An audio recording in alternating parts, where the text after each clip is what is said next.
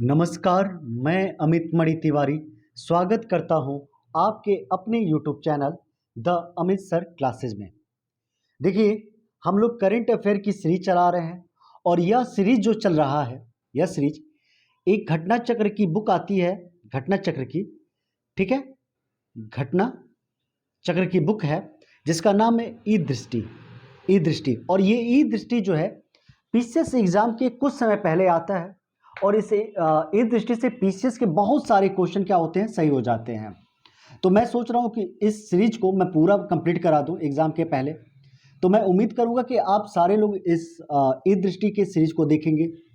ये पीसीएस के लिए नहीं, ये जितने भी एग्जाम होने वाले हैं, क्योंकि एक साल का करंट अफेयर रहता है और आज जो है करंट अफेयर का बहुत ज़्यादा आपके एग्जाम में क्या है, इसकी वेटेज दी गई है। ठीक है, तो चलिए बात करते हैं कि इस करंट अफेयर में आज हमारी जो सीरीज चल रही है करंट अफेयर की नेक्स्ट सीरीज, तो उसमें बात करते हैं। ठीक है, देखिए, पहला है कि प्राकृतिक आपदा, क्या प्राकृतिक आपदा भविष्यवाणी करने वाला ऐप। ठीक है, प्राकृतिक आपदा भविष्यवाणी करने वाला ऐप पूछा जाएगा तो किस सरकार ने इसकी घोषणा की, तो इसकी उत्तराखंड सरकार ने इसकी क्या की है, घोषणा की है। किसकी? प्राकृतिक आपदा भविष्यवाणी करने वाले ऐप की। इस ऐप का जो निर्माण किया गया, ये पूछा जाएगा कि प्राकृतिक आपदा की भविष्यवाणी करने वाले ऐप का निर्माण किसने किया है, तो इसका निर्माण जो किया है आईआईटी रुड़की और राष्ट्रीय आपदा प्रबंधन प्राधिकरण, यानी जिसे हम कहते हैं, जिसे एनडीएमए कहते हैं, इसके द्वारा क्या किया गया है, आईआईटी रुड़की और राष्ट्रीय आपदा प्रबंधन प्राधिकरण द्वारा प्राकृतिक आपदा की भविष्यवाणी करने वाले ऐप को लॉन्च किया गया है। ठीक है, अब देखिए, है हैती। हैती एक देश है, मध्य अमेरिकी देश है। इसकी राजधानी, हैती की राजधानी है पोर्ट ओ प्रिंस। ठीक है, हैती में क्या हुआ है कि भूकंप आया था, हाल ही में हैती में भूकंप आया था। भूकंप के कारण जो है हैती चर्चा में रहा और हैती पर जो भूकंप आया था, रिएक्टर स्केल पे बात करें तो 7.2 की तीव्रता की भूकंप जो है मापी गई थी। अभी तक की सबसे ज्यादा भूकंप इस साल की जो आई थी, उसमें सबसे ज्यादा भूकंप है हैती में आई थी। ठीक है, अब बात करते हैं, ये नाम है, इसका नाम है फुकुतोकु ओका नोबा ज्वालामुखी। कौन सी ज्वालामुखी? फुकुतोकु ओका नोबा ज्वालामुखी। देखिए, यह जो ज्वालामुखी है, यह जापान की ज्वालामुखी है। कहां की ज्वालामुखी है? जापान की। ठीक है, जापान की। और इस ज्वालामुखी जो है इवोजिमा द्वीप पे, जापान की जो एक द्वीप है इमोजिमा द्वीप के 5 किलोमीटर उत्तर पूर्व में प्रशांत महासागर में आया है ये जो ज्वालामुखी है। ठीक है, इस ज्वालामुखी का पता लगाया गया है जापानी उपग्रह हिमावरी के द्वारा। तो आपसे ये नहीं पूछा जाएगा, आपसे पूछा जाएगा कि फुकुतोकु ओका नोबा ज्वालामुखी किस देश से संबंधित है? जापान से। अभी हाल ही में चर्चा में था कौन? माउंट मोरेपी। कौन चर्चा में था? माउंट मोरेपी। किस कारण चर्चा में था? यह इंडोनेशिया के जावा द्वीप पर स्थित एक सक्रिय ज्वालामुखी है। कौन? माउंट मोरेपी। और माउंट मोरेपी में क्या हुआ था? ज्वालामुखी उद्गार हुआ था। इस ज्वालामुखी उद्गार के कारण माउंट मोरेपी जो था, यह सर्वाधिक चर्चा में रहा है। ठीक है, तो माउंट मोरेपी किस राज्य में स्थित है? तो माउंट किस देश में? तो माउंट मोरेपी इंडोनेशिया में स्थित है। अब देखिए, तुर्की का जो मरमरा सागर है ना, मरमरा सागर, बात करते हैं। मरमरा सागर एक्चुअली चर्चा में रहा है सी स्नॉट के कारण। किसके कारण? सी स्नॉट के कारण। तो पहले तो पूछेगा कि सी स्नॉट के कारण कौन सा देश चर्चा में रहा? तुर्की। और तुर्की का कौन सा सागर? तो मरमरा सागर क्या रहा? चर्चा में रहा। ठीक है, सी स्नॉट कहते हैं कि वो एक प्रकार का यह कीचड़ है जो क्या करता है, उस सागर को गंदा कर देता है। प्रदूषित, ये प्रदूषित कीचड़ होता है जो सागर को क्या करता है, गंदा कर देता है, जिसे हम कहते हैं सी स्नॉट। और देखिए, मरमरा सागर के बारे में एक प्रश्न आता है कि जो मरमरा सागर है ना, यह काला सागर और एजियन सागर दोनों को जोड़ने का कार्य करता है। कौन क्या करता है? काला सागर और एजियन सागर दोनों को जोड़ने का कार्य जो करता है, वो कौन करता है? मरमरा करता है। ठीक है, अब देखिए, हाल ही में यास चक्रवात, कौन सा चक्रवात? यास चक्रवात चर्चा में रहा। यास जो है भारत के पूर्वी तट यानी बंगाल की खाड़ी में क्या आया था? यास चक्रवात कहां पे आया था? तो बंगाल की खाड़ी में। ठीक है ना, बंगाल की खाड़ी। बंगाल की खाड़ी में यास चक्रवात आया था और इस यास चक्रवात के कारण ये जो पूर्वी तट है चर्चा में रहा। अब पूछा जाता है कि ये इस यास चक्रवात का नामकरण किसने किया? जो यास नाम है, इस चक्रवात का नाम किसने दिया? तो यास चक्रवात का नाम दिया है ओमान ने। किसने? ओमान ने। नेक्स्ट ध्यान दीजिएगा, अगला प्रश्न है और ये प्रश्न है A76 एक मिनट, कल भी छूट गया था, आज भी छूट गया ये वाला। चलिए एक प्रश्न आज भी इसमें भी छूट गया है, ठीक है, तो एक प्रश्न छूटा उसको मैं करा भी दूंगा। चलिए ए प्रश्न जो है, अब इस पे बात करें तो ये है A76। क्या है A76? तो A76 जो है एक प्रकार का हिमखंड है, यानी जो ग्लेशियर होते हैं ना, ग्लेशियर को हिंदी में हिमखंड कहते हैं। और ये अभी बहुत चर्चा में रहा A76। ये अंटार्कटिका से टूटकर अलग हुआ है और ये अभी तक का सबसे बड़ा हिमखंड है। अभी तक का सबसे बड़ा हिमखंड कौन सा है? A76, ठीक है। ये किस भाग से, किससे टूट के अलग हुआ है?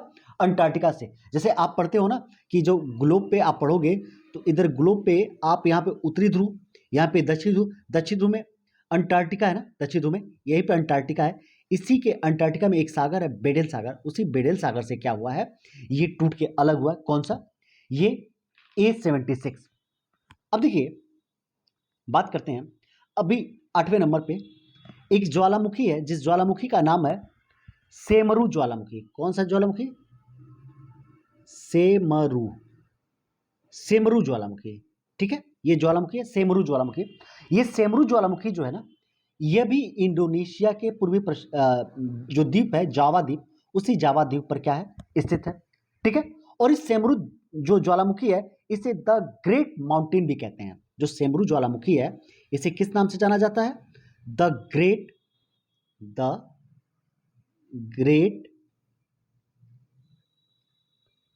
माउंटेन, द ग्रेट माउंटेन के नाम से जाना जाता है। किसे? सेमरू ज्वालामुखी को, ठीक है ना। यह जो सेमरू ज्वालामुखी है यह जावा का सबसे ऊंचा और सबसे सक्रिय ज्वालामुखी है, ठीक है ना। जावा का सबसे ऊंचा और सबसे सक्रिय ज्वालामुखी कौन है? सेमरू ज्वालामुखी। अब देखिए नेक्स्ट जो बात हम करते हैं, लेह चर्चा में रहा, ठीक है। लेह में क्या किया गया? मौसम विज्ञान केंद्र की स्थापना की गई और भारत की सबसे ऊंचाई पर स्थित मौसम विज्ञान केंद्र कहां पे है? लेह में स्थित किया गया है, ठीक है। ये बहुत इंपॉर्टेंट। किलाउआ ज्वालामुखी। कौन सा ज्वालामुखी? किलाउआ, ठीक है। किलाउआ ज्वालामुखी, एक्चुअली किलाउआ ज्वालामुखी जो है ना, ये यूएसए के हवाई द्वीप है ना, यूएसए में हवाई द्वीप, हवाई राज्य में हवाई द्वीप है, उसी द्वीप पर पाया जाता है किलाउआ ज्वालामुखी। ये किलाउआ ज्वालामुखी जो है 1983 से लगातार विस्फोट कर रहा है और अभी विस्फोट हाल ही में हुआ है, जिस कारण ये क्या रहा है, किलाउआ ज्वालामुखी चर्चा में रहा है। आपसे बस पूछा जाएगा किलाउआ ज्वालामुखी कहाँ पे स्थित है? हवाई द्वीप, ठीक है। चक्रवात निवार चक्रवात बहुत चर्चा में रहा। यह बंगाल की खाड़ी में यह भी चक्रवात क्या हुआ था, उठा हुआ था और इस चक्रवात का जो नामांकन है यह ईरान द्वारा किया गया था। अभी तक का सबसे तेज गति करने वाला चक्रवात है कौन? निवार का नामांकन किसने किया? यह आपसे पूछा जाएगा, ईरान द्वारा। किसके द्वारा किया गया? ईरान द्वारा। अब देखिए हरिकेन उमाटा जो निकारागुआ, मध्य अमेरिकी देश है निकारागुआ, वहां पे हरिकेन अमाटा आया था। और हरिकेन अमाटा ना, जब आप अमेरिका देखोगे, ठीक है, ऐसे कुछ अमेरिका आता है और कुछ ऐसे ऐसे बन जाता है यहाँ पे। तो यहाँ पे अमेरिका के यहाँ पे देखोगे ना, कैरिबियन सागर पाया जाता है। उसी कैरिबियन सागर में जो है हरिकेन उमाटा आया था। हरिकेन उमाटा, मैं आपको बता दूं कि अगर कोई चक्रवात आता है, उष्णकटिबंधीय चक्रवात, अब प्रशांत महासागर में आता है, प्रशांत महासागर के किसी भी सागर में है, प्रशांत महासागर से संबंधित हो तो हरिकेन कहलाता है। और वही अटलांटिक महासागर में आए, सॉरी मैं प्रशांत बोल रहा हूँ, जो ये है हरिकेन जब भी अटलांटिक महासागर है, ये कैरिबियन जो है अटलांटिक महासागर का भाग है, सॉरी हरिकेन जो है कैरिबियन सागर का भाग है। जब भी हरिकेन नाम है, ये समझ लेना हरिकेन जो है कहां पे आएगा? हरिकेन अंध महासागर में आएगा, अंध महासागर। जैसे तो मैंने एक ट्रिक बनाया, हरि का अंधा, हरि का अंधा, हरि का अंधा, ठीक है। और टाइफून का टाई प्रशांत बांधता है, टाई प्रशांत बांधता है, टाई कौन बांधता है? प्रशांत, यानी टाइफून हमेशा प्रशांत महासागर में आएगा, ठीक है ना। टाइफून कहां पे आएगा? प्रशांत महासागर में। प्रशांत महासागर की जो चक्रवात होगी उसे टाइफून, और जो अटलांटिक महासागर की होगी यानी अंध महासागर की होगी हरिकेन, हरिकेन, ठीक है ना। इस तरह याद कर लीजिएगा आप, ये पूछा जाता है। अटलांटिक महासागर में आया है, कैरिबियन सागर में आया है। अब टाइफून जो आया है ना, टाइफून यानी प्रशांत महासागर का भाग है, फिलीपींस में आया है प्रशांत महासागर, देखिए। और कहा जा रहा है कि यह जो है ना, ये जो टाइफून है, दुनिया का सबसे शक्तिशाली तूफान, दुनिया का सबसे शक्तिशाली तूफान कौन है? टाइफून। और ये टाइफून कौन सी टाइफून? देखिए इधर, देखिए ध्यान दीजिएगा, ये टाइफून जो है टाइफून गोनी, दुनिया का सबसे शक्तिशाली तूफान कौन है? टाइफून गोनी है। कितने किलोमीटर? 225 किलोमीटर प्रति घंटे में। अब देखिए यहाँ पे मैं कुछ नाम भी लिख दिया हूँ जहाँ से बार बार प्रश्न आते हैं, ये कट भी गया है, कोई बात नहीं। टाइफून है, प्रशांत महासागर में आता है, हरिकेन अटलांटिक महासागर में, और विली विली, कौन सा? विली विली, विली विली जो है ऑस्ट्रेलिया में आता है, ये भी प्रशांत महासागर में। जब ऑस्ट्रेलिया पर प्रशांत महासागर में आएगा तो उसे विली विली कहेंगे, ठीक है, विली विली। अब देखिए, अब वैश्विक सूची की बात करें तो वैश्विक सूची एक सूची है जिसका नाम है फॉर्च्यून ग्लोबल, ठीक है। ये अमेरिका की एक पत्रिका है। इस फॉर्च्यून ग्लोबल में क्या किया गया, 500 कंपनियों का एक डेटा निकाला गया और कहा गया कि सबसे टॉप पे है जो फॉर्च्यून ग्लोबल के अनुसार, फॉर्च्यून ग्लोबल 500 के अनुसार, ये है वॉलमार्ट, यूएसए की कंपनी है वॉलमार्ट। भारत में जो रिलायंस है, रिलायंस इंडस्ट्री है, यह जो है यह टॉप की है। और अगर पूरे विश्व में देखा जाए फॉर्च्यून ग्लोबल के अनुसार तो रिलायंस जो है 155वें स्थान पे है। कितने स्थान पे है? 155वें। फॉर्च्यून ग्लोब में भारत की जो कंपनियों को शामिल किया गया है वह 7 कंपनियों को शामिल किया गया। कितनी कंपनियों को शामिल किया गया? 7 कंपनियों को, ठीक है। अभी कोरोना के समय बड़ा चर्चा में रहा वर्ल्ड गिविंग इंडेक्स, जैसे हम दान देते हैं ना, दान देने का जो इंडेक्स है, और ये वर्ल्ड गिविंग इंडेक्स जो है ये 11वां संस्करण है। कौन सा संस्करण जारी किया गया? इसे जो जारी किया जाता है चैरिटीज एंड फाउंडेशन द्वारा। जो वर्ल्ड गिविंग इंडेक्स है इसे किसके द्वारा जारी किया जाता है? चैरिटीज एंड फाउंडेशन द्वारा।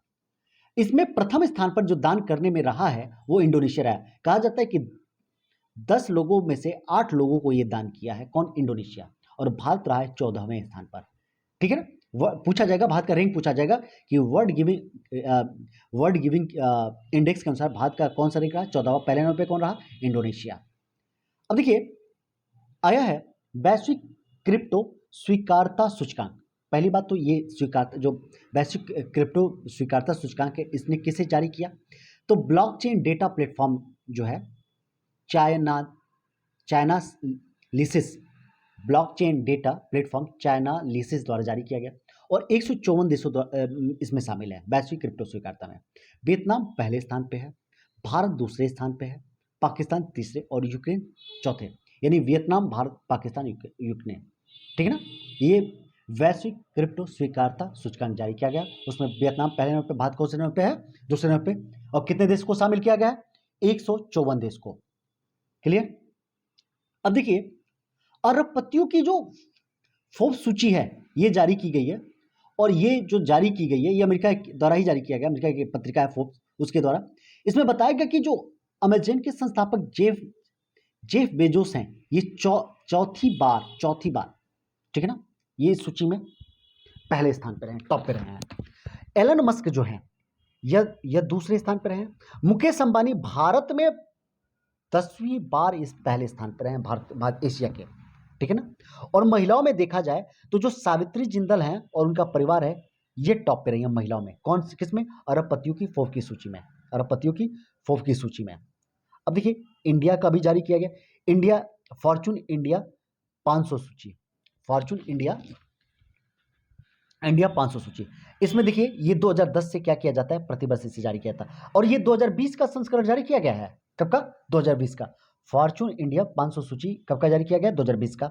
रिलायंस इंडस्ट्रीज इसमें क्या है? फॉर्च्यून इंडिया में टॉप की कंपनी है, ठीक है, रिलायंस इंडस्ट्रीज, ठीक है। अब देखिए, फोर्ब्स की 100 सर्वाधिक शक्तिशाली महिलाओं की सूची जारी की गई है 2020 की।